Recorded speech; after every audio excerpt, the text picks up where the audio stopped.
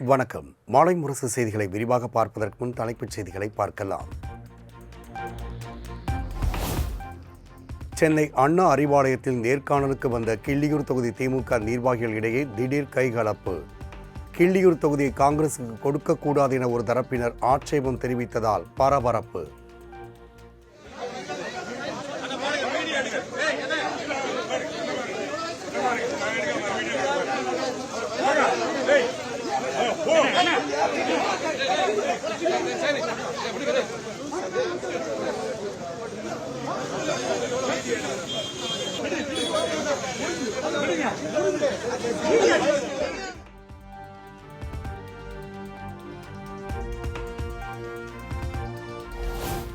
நவாஸ் கனி எம்பியிடம் நடத்தப்படும் விசாரணையின் அடிப்படையில் அடுத்த நடவடிக்கை எடுக்கப்படும்.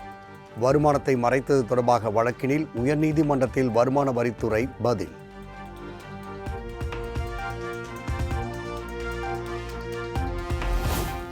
புதுச்சேரியில் பிரிட்டிஷ் குடியுரிமை பெற்ற லண்டன், பிரான்ஸ் நாட்டை சேர்ந்தவரிடமிருந்து 11.50 லட்சம் ரூபாய் பணம் பறிமுதல். உரிய ஆவணமின்றி எடுத்துச் சென்றதால் தேர்தல் பறக்கும் படையினர் நடவடிக்கை.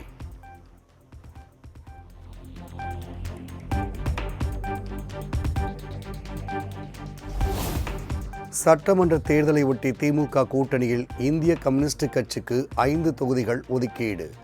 சென்னை அண்ணா அறிவாலயத்தில் திமுக தலைவர் மு.க.ஸ்டாலின், சிபிஐ மாநில செயலாளர் வீரபாண்டியன் இடையே ஒப்பந்தம் கையெழுத்தானது.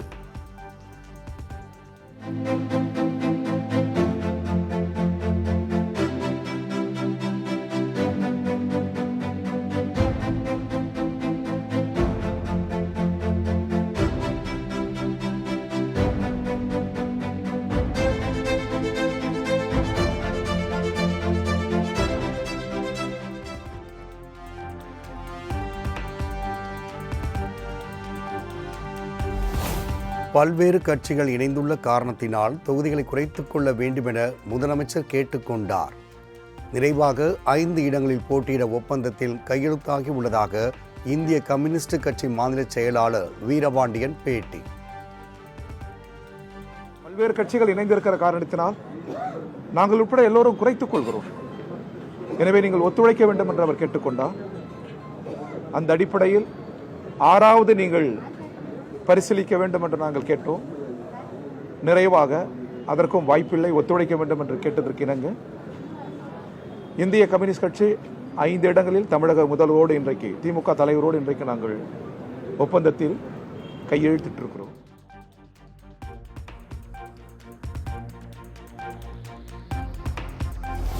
சட்டமன்ற தேர்தலில் திமுக சார்பில் போட்டியிட விருப்பமுன் அளித்தவர்களிடம் 2வது நாளாக நேர்காணல்.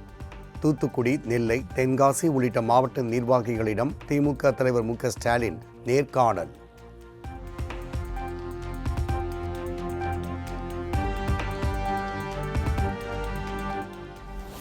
திமுக, விசிக இடையே இன்று மாலை தொகுதி பங்கீடு பேச்சுவார்த்தை. முதலமைச்சர் முன்னிலையில் தொகுதி உடன்பாடு கையெழுத்தாகலாம் என தகவல்.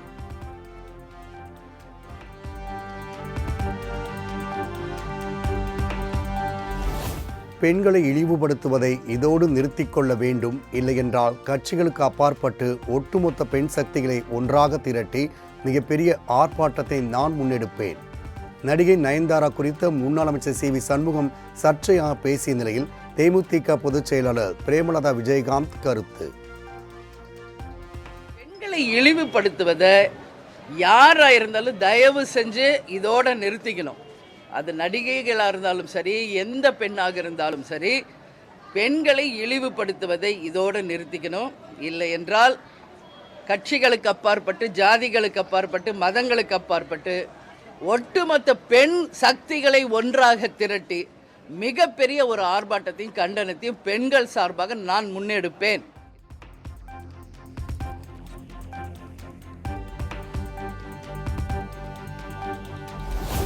சட்டமன்ற தேர்தலில் யாருடன் கூட்டணி என்பது குறித்து பாமக நிறுவனர் ராமதாஸ் தீவிர ஆலோசனை. தைலாபுரம் இல்லத்தில் தனது ஆதரவாளர்களுடன் ஆலோசனை மேற்கொண்டு வரும் ராமதாஸ்.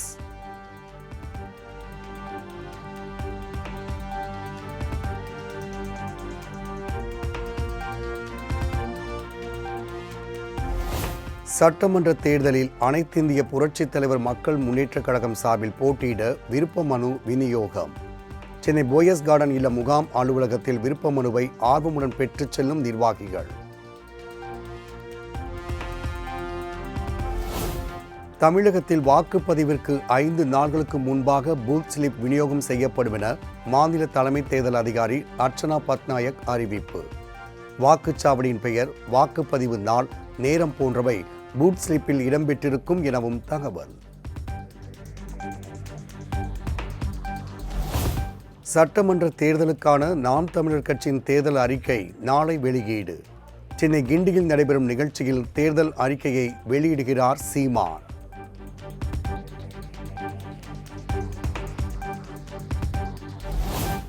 புதுச்சேரியில் திமுக காங்கிரஸ் கூட்டணியில் தொகுதி பங்கீட்டிற்கு முன்பே வேட்புமனு தாக்கல். வேட்புமனு தாக்கலுக்கு இன்னும் 5 நாட்களே அவகாசம் உள்ள நிலையில் தொகுதி பங்கீட்டின் நீடிக்கும் இழுபறி.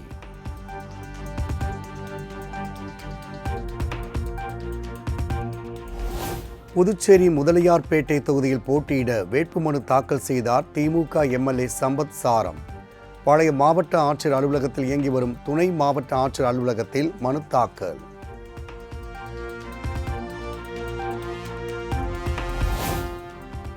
2026 சட்டப்பேரவை தேர்தலில் புதுச்சேரியில் இருந்து பாஜக சார்பில் போட்டியிடும் வேட்பாளர் பட்டியல் இன்று வெளியீடு. புதுச்சேரிக்கான பாஜக தேர்தல் குழு கூட்டம் இன்று டெல்லியில் நடைபெற உள்ள நிலையில் வெளியிடப்பட உள்ளதாக தகவல்.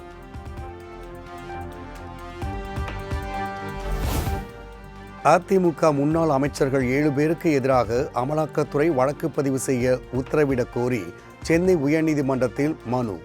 திமுக எம்பி கிரிராஜன் சென்னை உயர்நீதிமன்றத்தில் தாக்கல் செய்த மனு விரைவில் விசாரணைக்கு வரவுள்ளதாக தகவல்.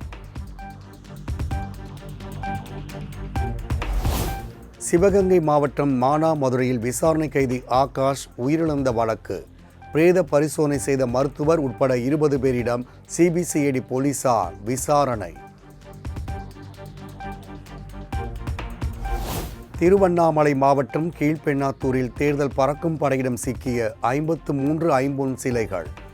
உரிய ஆவணமின்றி காரில் கடத்தி வரப்பட்ட நிலையில் ஐம்பொன் சிலைகள் குறித்த அதிகாரிகள் தீவிர விசாரணை.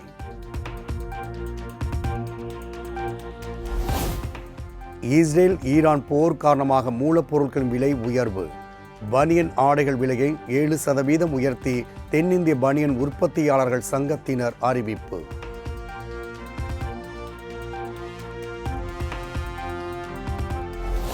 இன்றும் நாளையும் தமிழகத்தில் ஒரு சில இடங்களில் இடி மின்னலுடன் கூடிய லேசானது முதல் மிதமான மழைக்கு வாய்ப்பு. சென்னை வானிலை ஆய்வு மையம் தகவல்.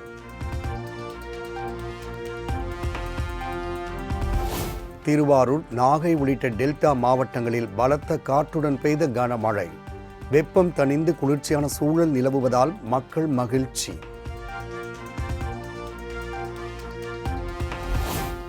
கோவை வடவள்ளியில் வாடிக்கையாளர் போல நடித்து செல்போனை திருடிக்கொண்டு ஓடிய நபர். கண்ணிமைக்கும் நேரத்தில் திருடிக்கொண்டு ஓடிய சிசிடிவி காட்சிகளை கைப்பற்றி போலீசார் விசாரணை.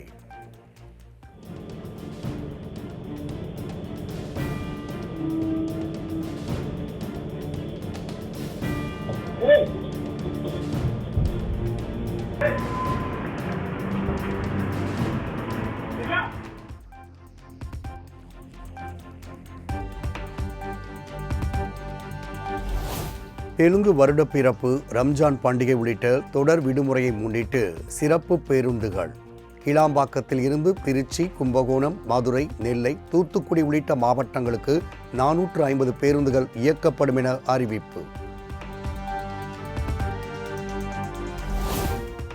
குன்னூர் மலை ரயில் பாதையில் குகையில் இருந்து ஊழியர்களை நோக்கி ஆக்ரோஷமாக சீறி வந்த ஒற்றை காட்டு யானையால் பரபரப்பு.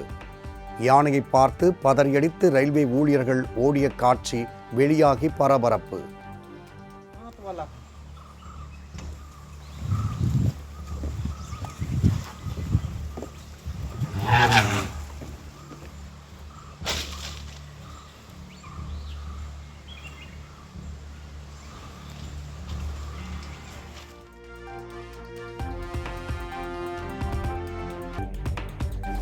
காஞ்சிபுரம் யாத்தோக்காரி பெருமாள் கோவிலில் கோலாகலமாக நடைபெற்ற தேர் திருவிழா. கோவிந்தா கோவிந்தா என பக்தி முழக்கம் எழுப்பி ஏராளமான பக்தர்கள் தேரை வடம்பிடித்து இழுத்து வழிபாடு.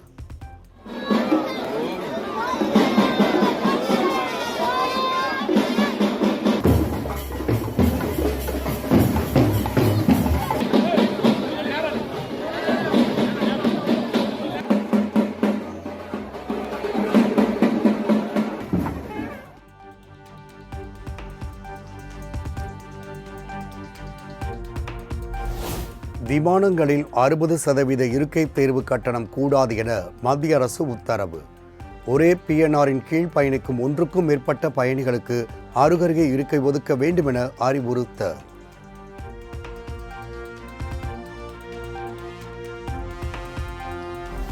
நாட்டில் LPG சிலிண்டர்களின் உற்பத்தி 38% அதிகரிப்பு.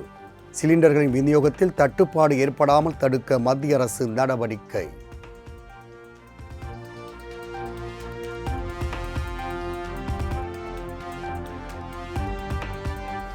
லெபனான் தலைநகர் பெய்ரூட்டில் இஸ்ரேல் நடத்திய தாக்குதலில் கட்டிடம் இடிந்து விழும் கோர காட்சி. நொடிப்பொழுதில் கட்டிடம் இடிந்து நொறுங்கிய பதற வைக்கும் காட்சி வெளியானது.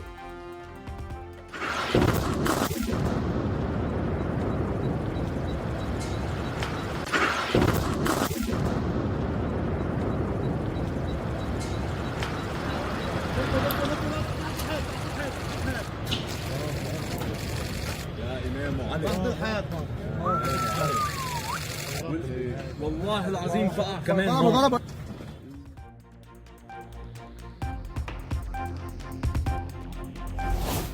மேற்காசிய போர் தொடர்பாக நடைபெற்ற அரசு நிகழ்ச்சியில் பிரதமர் நேட்டன்யாகு பங்கேற்ற காட்சிகளை வெளியிட்டது இஸ்ரேல் பிரதமர் அலுவலகம்.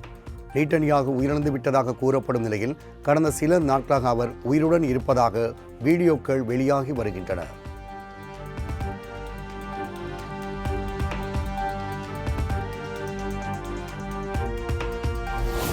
ஈரான் போருக்கு பிறகு ஹார்மோஸ் நீரிணை கடந்து செல்லும் கப்பல்களின் எண்ணிக்கை திடீரென ஒரே நாளில் 2 மடங்கு அதிகரிப்பு.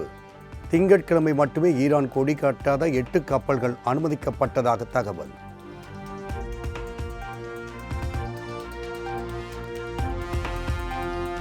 தேசிய பாதுகாப்பு செயலாளர் அலி லர்ஜானின் கொலைக்கு தக்க பதிலடி கொடுக்கப்படும் என ஈரான் சபதம். இஸ்ரேலின் முக்கிய நகரங்களை குறிவைத்து அலை அலையாய் ஏவுகணைகளை ஏவி தாக்குதல்.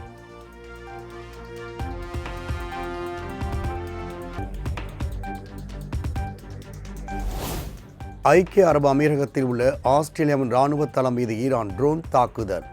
இராணுவ தளவாடங்கள் சேதமடைந்த நிலையில் யாரும் காயமடையவில்லை என ஆஸ்திரேலிய பிரதமர் ஆண்டனி அல்பானிஸ் தகவல்.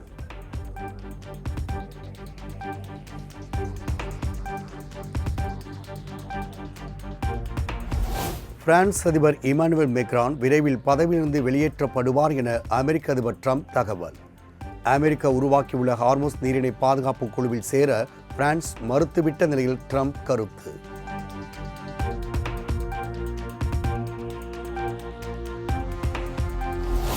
சென்னையில் ஆபரண தங்கத்தின் விலை சவரனுக்கு 640 ரூபாய் குறைவு.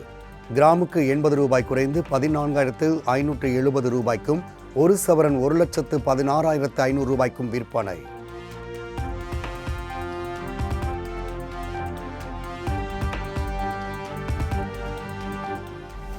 சென்னையில் வெள்ளி விலை கிலோவுக்கு 5000 ரூபாய் அதிரடியாக குறைந்தது.